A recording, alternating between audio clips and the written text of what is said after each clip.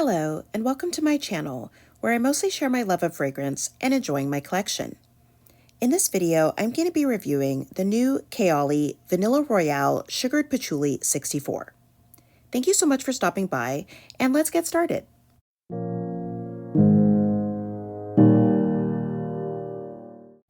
I really enjoy Kayali fragrances, and I typically buy most of them when they launch. Sometimes I'll go ahead and buy a full bottle like I did for Lovefest Burning Cherry, but there was something about the notes for the new Vanilla Royale Sugared Patchouli 64 that held me back from blind buying a full bottle, so I went ahead and just bought the mini size. Unfortunately, this version is not carried at Sephora. They only have the travel spray format, so I had to buy this from the Huda Beauty and Kayali website. This mini is $27 US because it's one of their intense fragrances, which are a little more expensive, and this scent is supposed to be limited edition. The full-size bottle is gold with a gold cap, while the mini is clear with a clear cap. I'll start with a review of the new Vanilla Royale Sugared Patchouli, and then I'll do a brief summary of the original Vanilla 28 and a comparison between the two. Starting with the new Vanilla Royale Sugared Patchouli 64, this one has top notes of vanilla orchid, creamy jasmine, and golden rum, mid notes of vanilla infusion, vanilla sur absolute, tonka bean accord, spicy rose bouquet, smoky leather, and creme brulee, and base notes of sugared patchouli, musk, brown sugar, amber, and royal oud. Kayali also lists the key notes on the back of the full-size bottle, not on the mini, which are vanilla sur absolute, golden rum, creme brulee, brown sugar, royal oud, and sugared patchouli. First off, when I smelled this in the bottle, I was actually really put off. It smelled very medicinal and herbal, and I thought I was for sure going to hate it.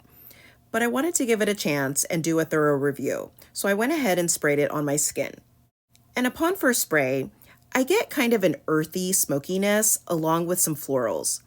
And I guess that's the smoky leather, but it smells a lot more like smoke than leather to me. And the smokiness is pretty strong at first, and I don't find it very pleasant, but it does gradually start to turn more leathery. But unfortunately, leather is also not a preferred note of mine, so at this point, I was definitely not loving the scent.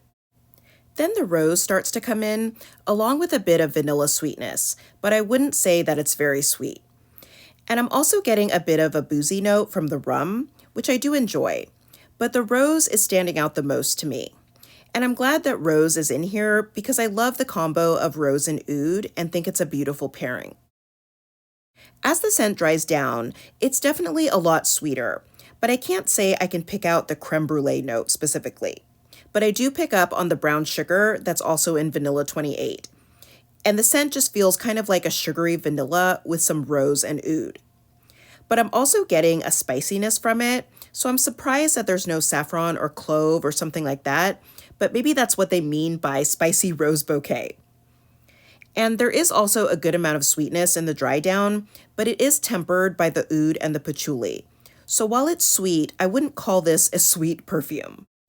I have to say, I actually do like the dry down quite a bit and think it's a lot better than the opening. But should I have to get through a portion that I don't like to get to the good part? I was initially tempted to buy a full-size bottle because the sweet rose and vanilla portion of the dry down is really pretty. And when I smell it on my arm, it smells really good. The vanilla could also deepen as the fragrance ages because it does do that with Vanilla 28. But I feel like when the scent is sprayed on my neck and chest, that I get little whiffs of that smoky leather and medicinal note, which I think is the patchouli, every so often, and I just don't love that part of the scent. And I think if those two notes were not in here, I'd really love the scent because it's a sweet, rosy vanilla. I've seen a lot of comments that people are very disappointed with this fragrance, and I think part of that is that people were really looking for an amped up version of Vanilla 28, and that's really not what this scent is. If you're looking for a super sweet gourmand scent with creme brulee, you're really likely to be disappointed. This is more of a complex and unisex oud and patchouli fragrance with some sweetness, not a sugary sweet vanilla scent. Now I'm going to briefly describe the original Vanilla 28 from Kayali. And this scent has top notes of vanilla orchid and jasmine, mid notes of brown sugar and tonka bean, and base notes of amber, amberwood, musk, and patchouli. And the key notes are listed as vanilla orchid, tonka absolute, amber woods, musk, and brown sugar. When I spray this, I instantly get a sweet vanilla with some soft florals. I get a lot of the brown sugar, and I love the combination of it with the vanilla. And the amber gives it a nice warmth, and the musk keeps it from feeling heavy. And while there is patchouli in this one, I can't really pick it out, and it doesn't smell medicinal like it does in Vanilla Royale sugared patchouli. And I think that the dry down of Vanilla 28 is really beautiful. It's all sweet, syrupy vanilla with a heap of brown sugar and a light floral background, and I think it smells absolutely delicious. And you'll notice that my juice is quite dark as I've been letting this bottle sit for quite a while as I finished up a travel size.